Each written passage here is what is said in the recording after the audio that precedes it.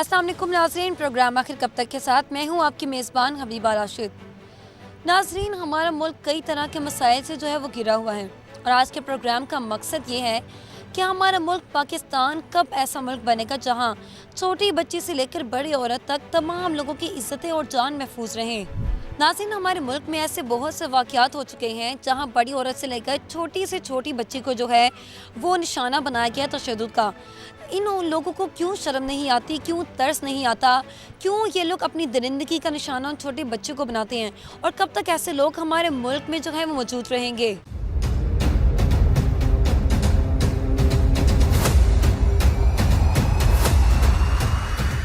नाज़रीन, बिल्कुल इसी तरह का वाक़या फ़िरोज़वाला थाना में दर्ज हुआ जहां नन्ही मुन्नी 3 साला बच्ची जिसका नाम फ़िज़ा है उसको दरिंदगी का निशाना बनाया गया और उसके बाद उसको कत्ल कर दिया गया। तफ्तीश के बाद मालूम हुआ कि वो मकतूल का हमसाया था और उसकी लाश उसके घर के पास से बरामद की गई। जदीद टेक्नोलॉजी की बेस पर पुलिस ने मुलजिम को गिरफ्तार भी कर लिया है और मकतूल के घर वालों ने कार्रवाई का मुतालबा किया है। इस पूरे वाक़ये की जो तफसीलात है वो बताएंगे हमारे नुमाइंदे राना वकास। अस्सलाम वालेकुम। वालेकुम सलाम। ये वाक़या कब किस तरह पेश आया, इसकी तफसील थोड़े बताएं। जी बिल्कुल, फ़िरोज़वाला के इलाका रचना टाउन में चंद रोज़ कबल एक खौफनाक वाक़या पेश आता है जिसमें 3 साला फ़िज़ा नामी बच्ची को उसका हमसाया रमज़ान नामी शख्स दरिंदगी का निशाना बनाकर कत्ल कर देता है। उसे अगले रोज़ ही थाना फ़िरोज़वाला की पुलिस को उस मकतूल के हमसाये के घर के बाहर से वो बच्ची की नाश बरामद हो जाती है। जब उस बच्ची की नाश को पोस्टमार्टम के लिए तहसील हेडक्वार्टर फ़िरोज़वाला में मुंतकिल किया जाता है तो मेडिकल रिपोर्ट आने के बाद एक इंकशाफ निकलता है जिसमें पता चलता है कि इस बच्ची को जना बिल जबर के बाद कत्ल किया गया है। इसके बाद DPO शेखपुरा की हदायत पर SHO फ़िरोज़वाला राना गुलाम सरवर ने जदीद टेक्नोलॉजी का इस्तेमाल करते हुए मुलजिम को गिरफ़्तार कर लिया है। तो घर वालों को पहले मालूम नहीं हुआ कि उन्होंने पुलिस में रिपोर्ट नहीं करवाई कि इस तरह हमारी बच्ची लापता है?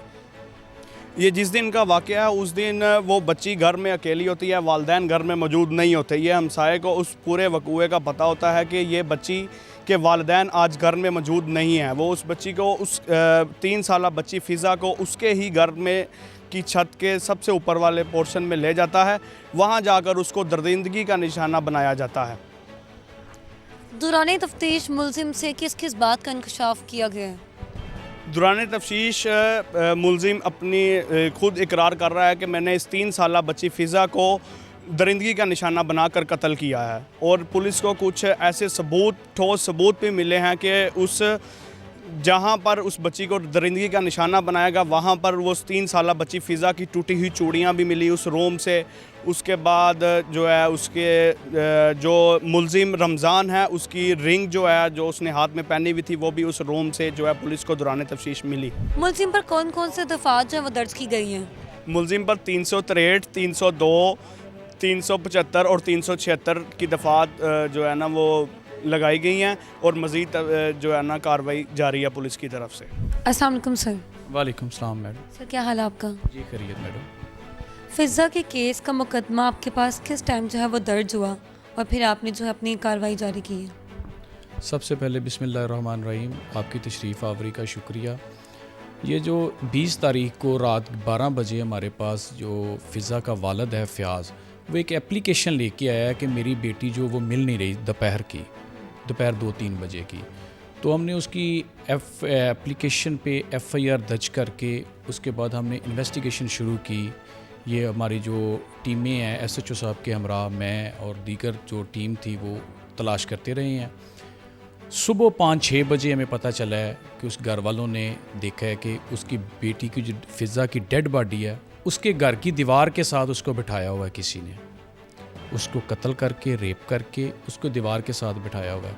जब हमें ये कॉल मसूल होती है, मैं SHO साहब और हमारी टीम उधर पहुंचती हैं तो हम देखते हैं कि ये तो बच्ची घर वालों को नहीं इल्म, घर वाले मेडिकल करवाना चाहते हैं, वह घर वालों तो हॉस्पिटल लेके जाते हैं कि शायद इसमें कोई सर्दी की वजह से बच्ची बाहर रह गई है, इसको कोई सर्दी लग गई है, इस वजह से इसकी डेथ हो गई है। जब वो हॉस्पिटल लेके हम जाते हैं तो देखते हैं कि उसमें वो रेप भी हुआ है बच्ची के साथ और अननेचुरल ऑफेंस भी उसके साथ हुआ है और उसके बाद उसको ये गला दबा के उसको कत्ल कर दिया गया। सर जब बच्ची आपको मिली तो आपकी ही टीम ने जो उनको देखा या इर्द गिर्द के लोगों ने देखा, तो और बच्ची को किस टाइम जो है वो हॉस्पिटल शिफ्ट किया गया? मैडम ये सुबह 5-6 बजे आपको पता है कि ये नमाज का टाइम है। गली से जो राहगीर थे, नमाज के लिए लोग जा रहे थे, बुज़ुर्ग लोग, उन्होंने ये दरवाज़े पे उनके फ़याज़ के घर दरवाज़े पे नॉक करके बताया है कि आपकी बेटी इधर बाहर बैठी हुई है। वो महसूस नहीं हो रहा था कि उसको कत्ल कर दिया है किसी ने। उन्होंने देखा तो उनकी बेटी बाहर दीवार के साथ लगाई हुई थी उन्होंने। तो वो हॉस्पिटल लेके गए हैं, हमें उन्होंने कॉल की है, हम गए हैं उधर, देखा है तो उधर बच्ची की जो है डेथ हो चुकी थी और उसका मेडिकल करवाया, पीएफएस से टीमें बुलाई गई हैं, तो देखा है कि उसके साथ रेप भी हुआ और अननेचुरल ऑफेंस भी उसके साथ कमिट हुआ है इसमें। मुलजिम को किस तरह जो है आपने गिरफ्तार किया? कौन था मुलजिम? कहाँ से बरामद किया गया? मुलज़म का रमज़ान है, वो इन्हीं का मोहल्लेदार है और साथ में हमसाया है। तो वो उसका जो चाल चलन वो दुरुस्त नहीं था, बदरवैया गान था, उमाश किस्म के जो बदकुमाश लोग होते हैं उनमें उसका था। वो पहले भी क्रिमिनल रिकॉर्ड था उसका। तो उसके घर वालों को भी शक था, तो हमने उसको ट्रेस आउट किया। तो वो भाग के एक हॉस्पिटल चला गया था जहाँ उसकी वाइफ जो है ना वो एडमिट थी। उधर से जाके उसको लेके आए हैं और फिर उसने से ये तमाम किस्सा सारा सुनाया और ये अपना एडमिट किया है तमाम को। मुलजिम किस तरह उस बच्ची तक पहुंचा और ये सारा वाक़या जो है वो पेश आया? मैडम ये फैमिली की वजह से, ये फैमिली ने इसको कहा कि हमारा ये जो बदरवैया गान है इसका चाल चलन ठीक नहीं है, इसको चेक कर लेना चाहिए। तो हमने उसको ट्रेस किया, पता चला कि वो हॉस्पिटल गया हुआ है तो अपनी वाइफ के पास है। ये वकूआ करने के बाद हम उसके हॉस्पिटल से जाके उसको अरेस्ट करके लेके आते हैं, फिर अपनी इन्वेस्टिगेशन शुरू करते हैं। इन्वेस्टिगेशन में उसके घर की जो हम सर्च आउट करते हैं, उसके घर में से जो बच्ची की बेड के नीचे से चूड़ियाँ हैं जो बच्चियाँ पहनती हैं वो मिली हैं। बच्ची के पास एक मोबाइल का घर में जो प्रोटेक्टर होता है मोबाइल, वो भी बच्ची के घर वालों का जो प्रोटेक्टर था वो उधर से बरामद होया। तो हमने इसलिए इस पे शक गुजरा। ये प्रोटेक्टर बच्ची के घर का था या मुलजिम के फ़ोन का था? नहीं, बच्ची के मोबाइल फ़ोन का, बच्ची के घर वालों के मोबाइल फ़ोन का था प्रोटेक्टर। सर मुलजिम किस तरह बच्ची तक पहुंचा या उसने किस तरह से बच्ची को अपने पास लाके ये सब जो है किया? देखें, जिस तरह हमारे गली मोहल्लों में जो बच्चे खेलते हैं गली में, तो बच्ची आम रूटीन में दोपहर 2-3 बजे गली में निकली है, तो इसने पैसों के लालच में उसको बच्ची को चीज़ देने के लिए जो दुकान से, परचून की दुकान से चीज़ लेने के लिए उसको बच्ची को पैसे दिए हैं और अपने घर ले गया है।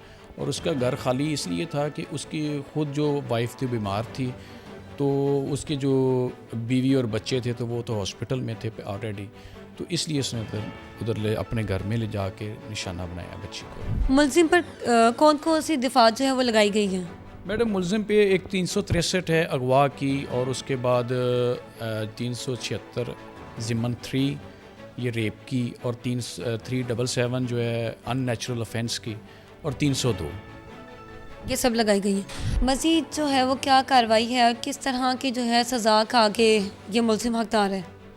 मैडम ये सबसे पहले तो ये अरेस्ट हो चुका है, अल्लाह के फ़ज़ल से बड़ी कामयाबी मिली है हमें, और इंशाल्लाह जो घर वाले हैं, जो वारसान हैं, उनको इंशाल्लाह इंसाफ मिलेगा और ये इंशाल्लाह अपने अंजाम को पहुंचेगा। सर पुलिस वालों ने बड़ी टेक्नोलॉजी के बाइस जो है वो मुलजिम को इतनी जल्दी जो है वो पकड़ भी लिया है, तो इस तरह के कितने केसेस रिपोर्ट होते हैं और कितने मुलजिमान को जो है वो पकड़ा जाता है? इसमें सबसे पहले तो ये हर तफ्तीशी की कोशिश होती है और ख्वाहिश होती है कि ये मुकदमात जो हैं ये बिल्कुल ये संगीन नोयत के मुकदमात होते हैं, इनके जल्द अज जल्द ट्रेस आउट किया जाए।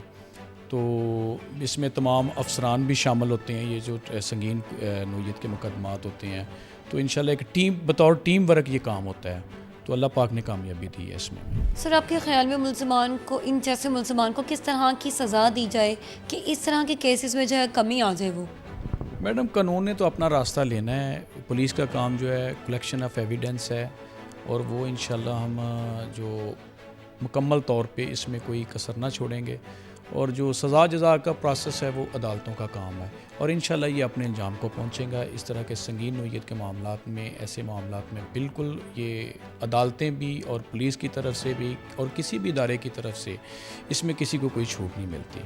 इंशाल्लाह ये अपने अंजाम को पहुंचेगा। हर मुलजिम को उसके जुर्म के मुताबिक जो है वो सज़ा मिलती है। इस तरह के मुलजिमान को जो है आपके ख़्याल में क्या जिस तरह वो किसी का कत्ल कर देते हैं उनको भी उनकी ज़िंदगियों को कम कर देना चाहिए, ख़त्म कर देना चाहिए?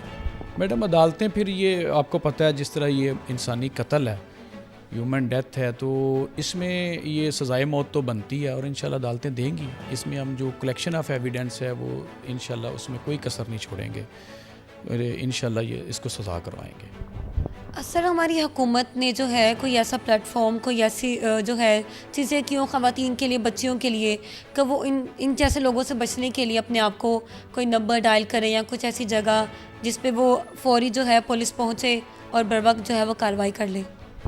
जी मैडम, ये सीएम साहबा की तरफ से ये ज़ैनब अलर्ट है, ये सिस्टम में अपना है और इस तरह ये कुर्बान लाइन में ये डेस्क बना हुआ है विमेन सेल का, बच्चों के सेल का, और कोई 15 से इंटरकनेक्टेड है। अगर 15 पे कोई भी कॉल करता है तो वो फ्रंट जो डेस्क बना हुआ है विमेन का, उधर से हमें कॉल आती है कि इसको फौरी तौर पे रिस्पॉन्ड करें और फौरी तौर पे उसका फ़ीडबैक लेते हैं हमसे।